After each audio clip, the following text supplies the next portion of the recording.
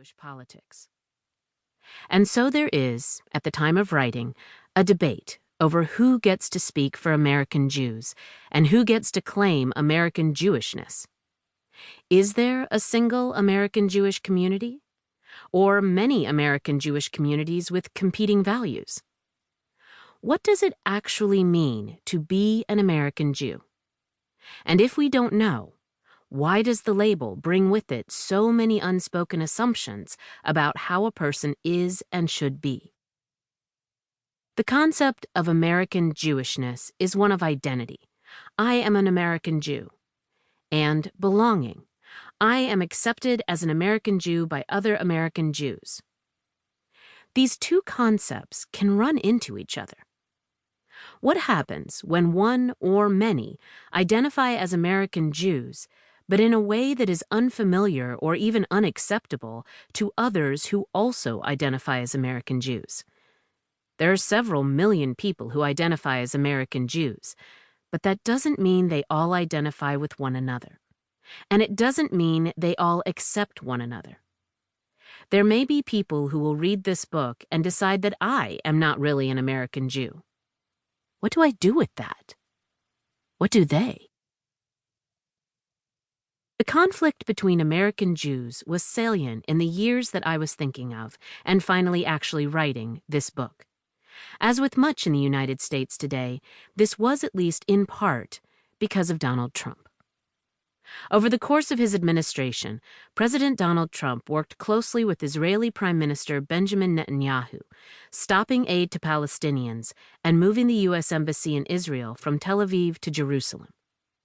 He also described his opponent in the U.S. 2020 presidential election, Joe Biden, as a servant of the globalists, a term the Anti-Defamation League, ADL, has described as being used as an ethnic smear and long-running conspiracy theory about Jewish populations not being loyal to the countries they live in and cooperating through secret international alliances.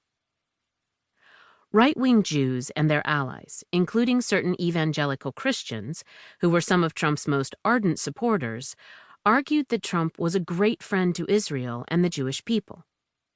Partisan conservative Jewish organizations, like the Republican Jewish Coalition, dismissed accusations of antisemitism against Trump and other Republican politicians who dabbled in anti-Semitic tropes. An accusation that a Jewish billionaire was buying an election, or a digital ad altered to make a Jewish candidate's nose look larger, to name two. But mainstream, ostensibly nonpartisan Jewish organizations also drew criticism for pulling punches, celebrating the Trump administration's Israel policy. Some progressives argued that these groups were at least as loudly repudiating the left as they were censuring Trump, the most powerful person in the country. Meanwhile, liberal Jews, the majority of American Jewish voters, noted that American Jews have a range of opinions on Israel, and argued that Trump was enabling anti-Semitism at home, which was decidedly bad for Jews. Some leftist Jews, for their part, argued that the term anti-Semitism had been weaponized by the political right and warped beyond recognition, and pressed politicians not on their support for Israel, but for Palestinian rights. The conversation of what role Israel should play in American Jewish politics and what role American Jews should play in Israeli politics was also changing.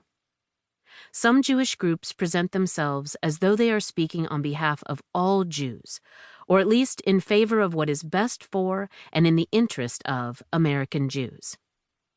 But who here is the bad Jew? Is it the American Jew who speaks against Israeli policy? The American Jew who remains muted on anti-Semitism because of Israel? The American Jew who purports to know what is best for other American Jews? The shift both seems sudden and is years in the making. A decade ago, in 2011, Ben Shapiro, a conservative political commentator, wrote a tweet that read, "The Jewish people has always been plagued by bad Jews who undermine it from within. In America, those bad Jews largely vote Democrat." That same year, he penned an article decrying Genos, or Jews in name only.